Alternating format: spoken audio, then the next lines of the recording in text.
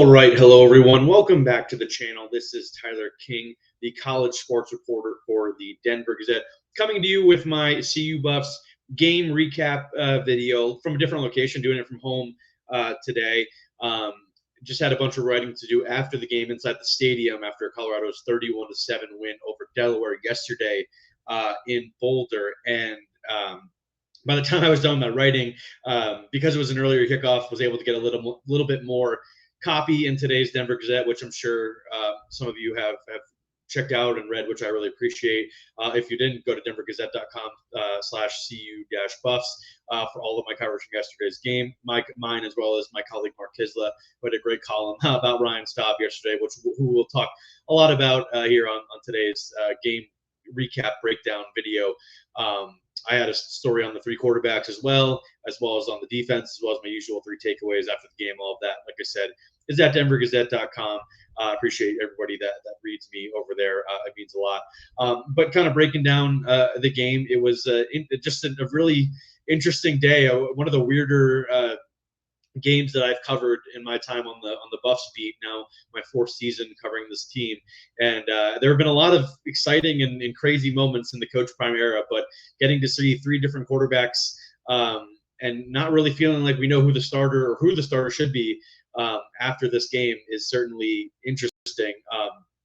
Buffs led 10-7 with about a minute left in the first half, and Ryan Staub gets his first shot of the game, leads the Buffs on a touchdown drive that almost didn't happen because there was two quick incompletions, and then Kaidon Taylor breaks off a pretty nice 20-ish yard run. I forget exactly how long it was, but gets a first down, gets into midfield, and then we know what happens on the next two plays. Staub hits Joseph Williams over the middle for a nice gain, and then he checks into the 4-go route, and they kind of ignored Kaidon Taylor as the check down man, and he's able to coast into the end zone for the touchdown that gives the Buffs a little bit more of a comfortable 17-7 lead. And then Ryan Staub gets the chance to start the second half, and they just kind of roll with him until the game got out of hand. He leads the Buffs to 3 touchdown drives out of his 4 series. It gets the lead to 31-7, which ends up being the final. And then Kaidon Salter and each get a couple other more series. Even though it was pretty weird at that point, and they were just kind of. At least it seemed like from my perspective, just trying to kind of get to the end there, and there wasn't a ton to evaluate with JuJu and Kaidon, and especially in that fourth quarter as a whole. So I mean, let's talk about it. I mean, I genuinely don't know where you go from here quarterback wise, because I think there's a good case for Kaidon Salter to be the guy at Houston. Big 12 opener on a Friday night. It is not the same Houston team that maybe you remember from last year that went 4-8. Like, this is a pretty solid team. They got 2 new coordinators on a bunch of kind of a revamped roster. They got a bunch of guys out of the portal that have contributed early so far. Granted, they've played Stephen F. Austin and Rice and won both those games pretty convincingly. And I'll have my usual game preview video with somebody that covers Houston later in the week to kind of go in depth on the Cougs. But it's not gonna be an easy game on the road. Like I said, it's a short week. Friday night, 5:30 p.m. Mountain Time. It's going to be hot down in Houston, as I'm sure everybody can guess. Mid-90s, I think the temperature is for Friday as the high, and it'll still be pretty hot by the time the game kicks off around a little after 6:30 local time down there in Houston. And like I said, I don't know who you go with. Like, maybe you go with. Obviously, I think the answer coming out of the game, just the way it felt, was Ryan Staub, just with the way the guys rallied around him. With the way Coach Prime rallied around him after the game, just kind of singing his praises for the way he's stuck it out. And I do think Ryan Staub deserves a ton of credit for sticking it out and for getting to this point where he has put himself in this position through his hard work and his dedication to the program and kind of learning and growing as a player, sitting behind Shedeur Sanders for 2 years, getting that one start at Utah at the end of the 2023 season. But other than that, it's been all kind of mop-up duty up until yesterday when he gets thrown in there in a 2-minute drill. And it's rare we get to talk to one of the coordinators after the game, but we got Pat Shermer after the game yesterday, and he was saying that he went to Coach Prime before that 2-minute drill because the plan, obviously, I'm sure as everybody has heard by now, was Coach Prime. He prayed on it a lot. He wasn't going to deviate from the plan that he came up with. He revealed early in the week that Julian Lewis was going to play. We weren't sure how that was going to work, whether it was letting Kaidon get to a point where either he built up a lead or failed to build up a lead, and they kind of go to Julian naturally, or if it was going to be like an actual series, a series limit kind of thing, and that's what it ended up being. Kaidon gets 2 series, gets CU 10 points. Julian comes in, has a little bit of bad luck. I think he one pass dropped by fellow freshman Quanell Farrakhan. A nice pass over the middle that I thought probably should have been caught. The rest of the other plays kind of didn't really go anywhere. He had one handoff that went pretty big, but other than that, he was 2 of 4 for 8 yards. So didn't get to see a ton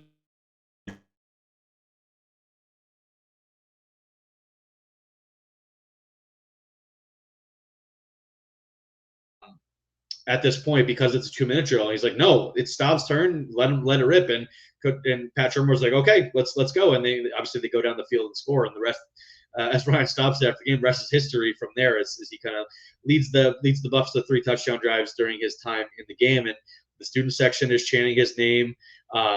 Everyone on Twitter is going nuts for Ryan Staub, saying he should be the guy. And maybe he should be. I don't know. I think as Coach Prime said after the game, a lot of that will probably be determined by practice this week, as it probably was this week. I'm sure Ryan Staub did not find out until Friday, the day before the game, that he was even going to get in the game. He wasn't sure if he was going to. I'm sure he thought that it was just going to be Kaidon and JuJu, which has been the conversation the entire summer. Everyone has forgotten about Ryan Staub this entire time. Pat Shermer has not, Coach Prime has not, that's for sure. Those guys have both mentioned Ryan every time we had asked about the quarterbacks, whether it was in fall camp or even, throughout the spring with all 3 of those guys on campus for that. Sure, there was Ryan had some experience, not some experience. He had plenty of experience working with Coach Shermer.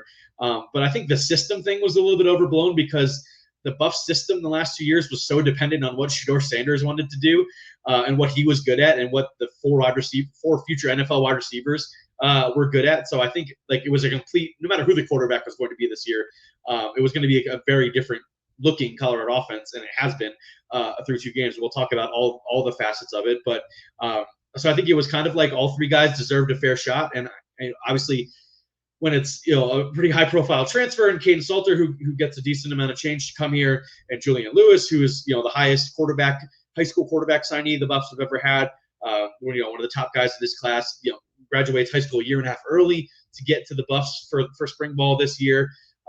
Those 2 guys are always going to dominate the conversation. But me as someone who's been around Ryan, since he was a recruit, I got to know him a little bit, over the last couple of years during his first 2 years of the program.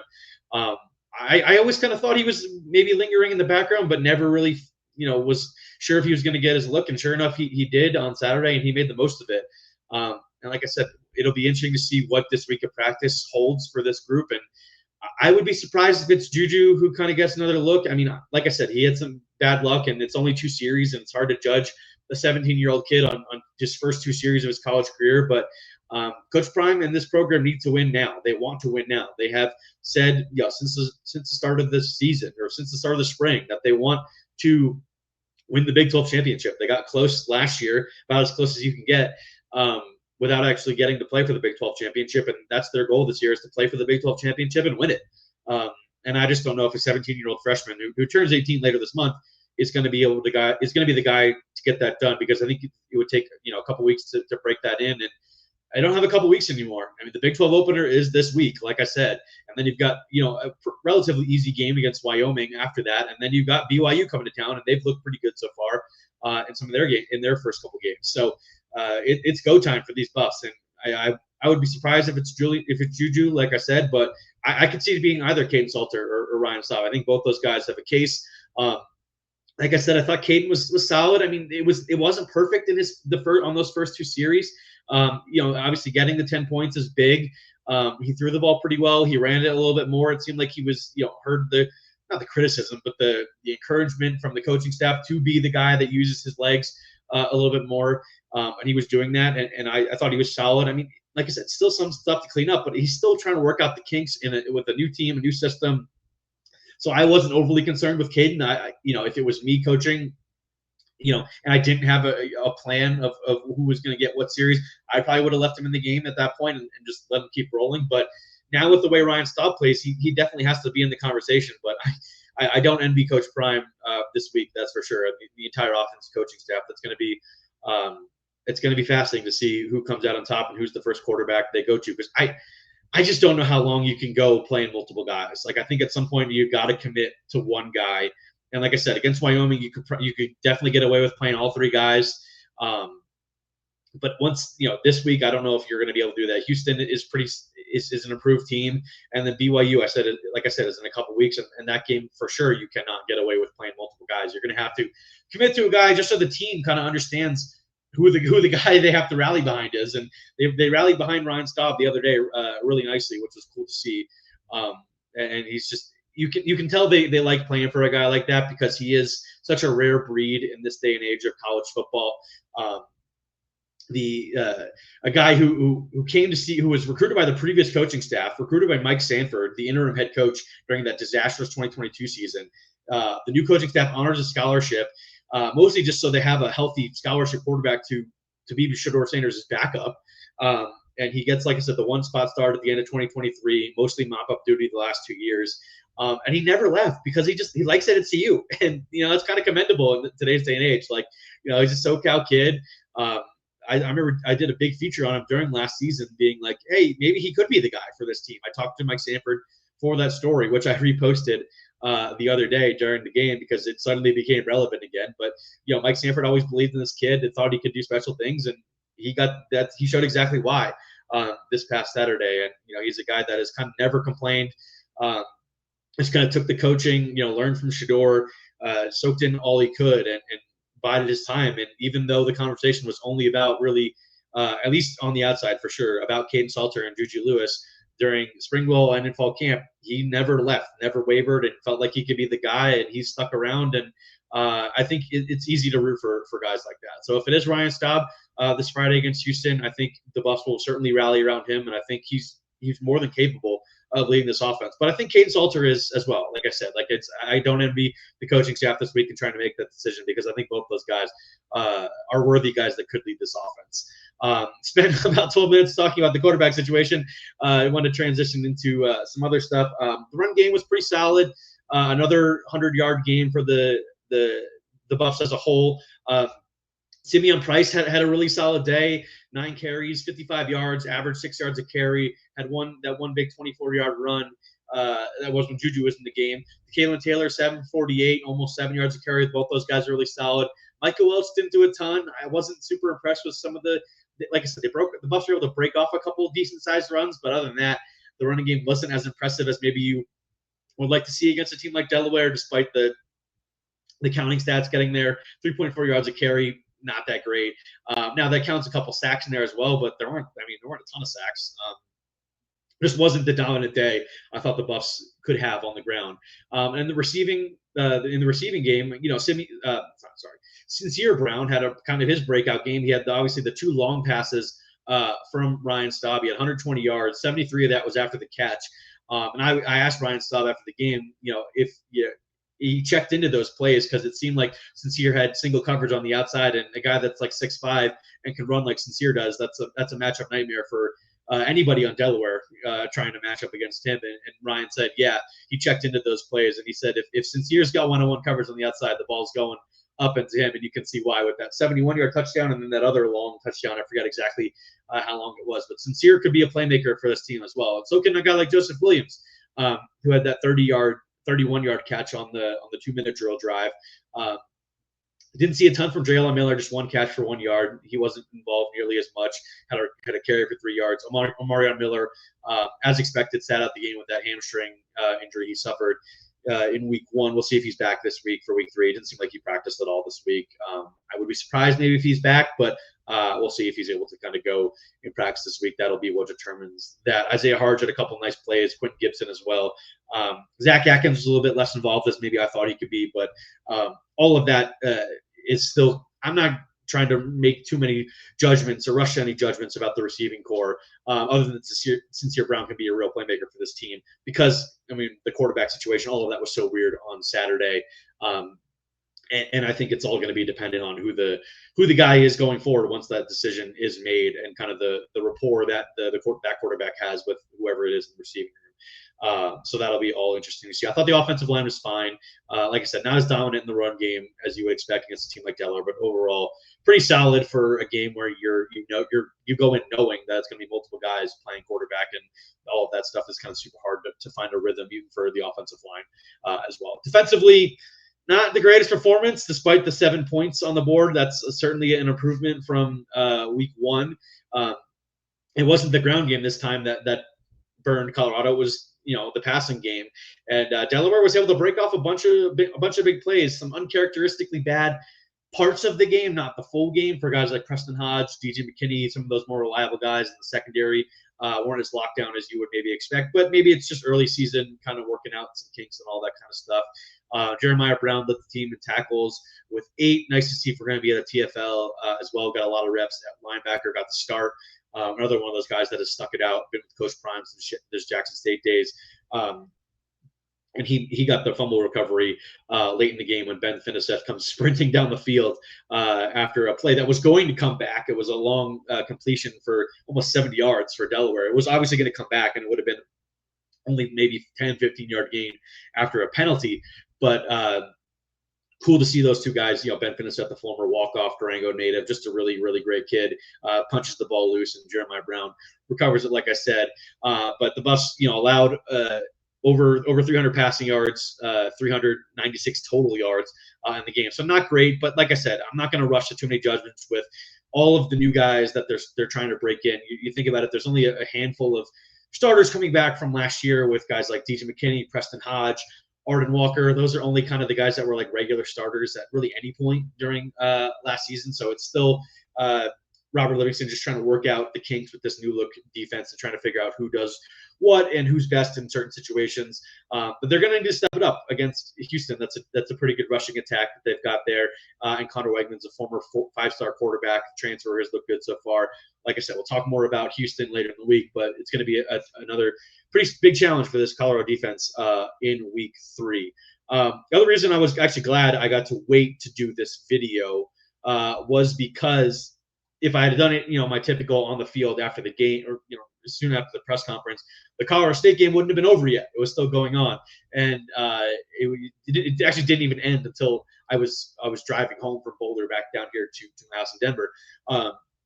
And wow, what an embarrassing effort and showing by Jay Norvell's Rams. I mean, they should have lost that game. I'm sure everyone has seen the play by now that was overturned, the touchdown pass to Carver Cheeks.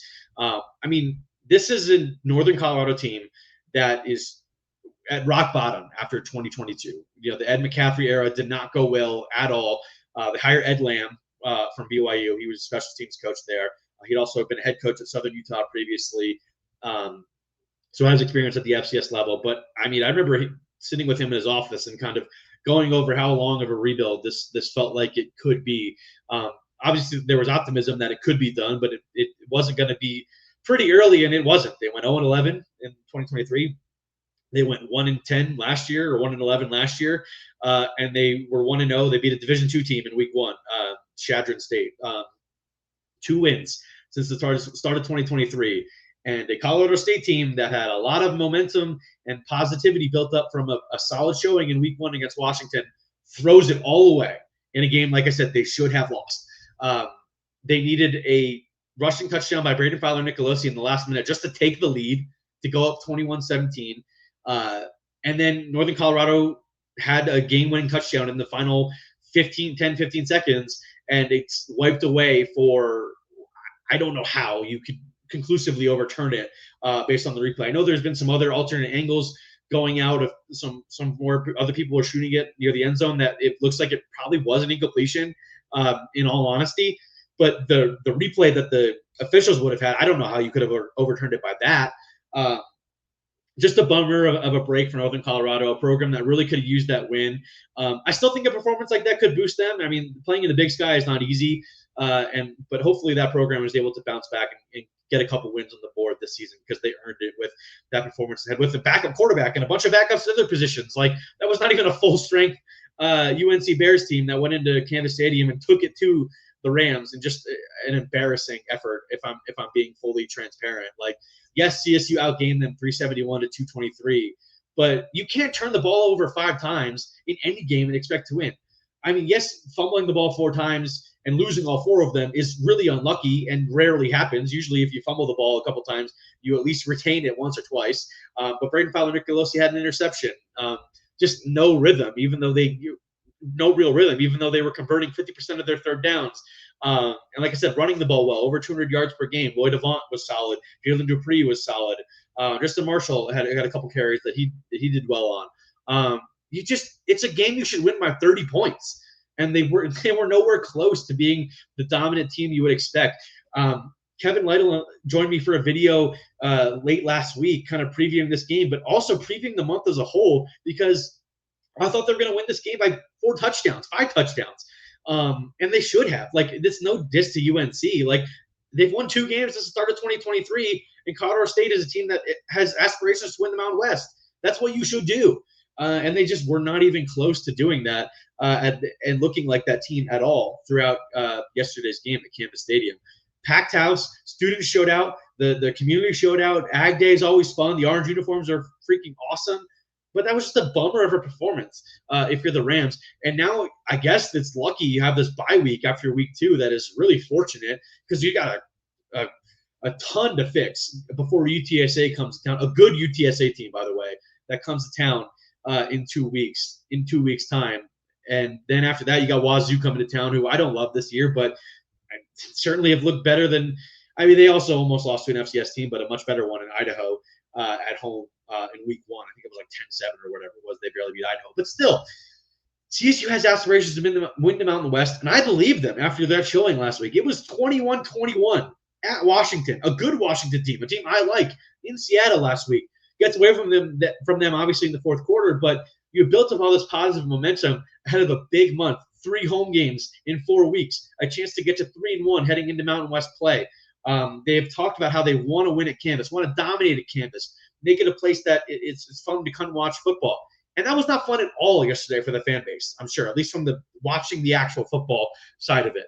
So just super disappointing, and I want to touch on it at the end of this video, even though they've got a bye week coming up.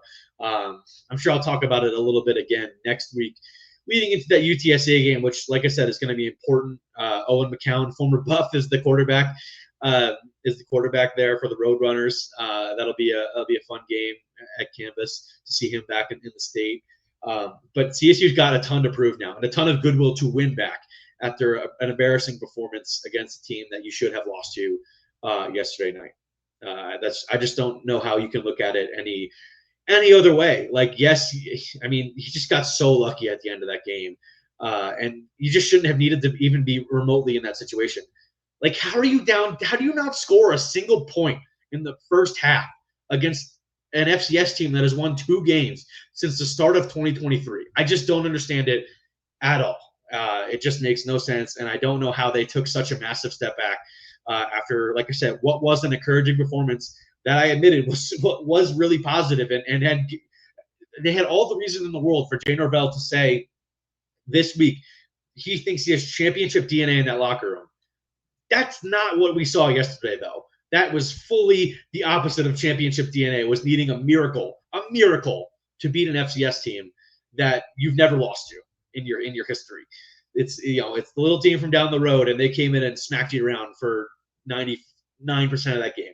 And CSU barely got away by the skin of their teeth, and now they've got a lot of goodwill to win back before they hit the field again in 2 weeks' time. So that'll do it from today's video. Appreciate everybody watching for my rants on both the Buffs and the Rams after a very, very interesting weekend of college football here along the Front Ridge.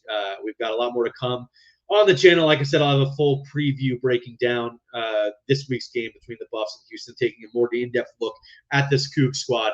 Like I said, CSU is off this week, and boy, do they need it. But once again, appreciate everybody for watching today's video. Make sure to like, comment, subscribe to the channel. All that stuff is super appreciated by me and helps grow the channel.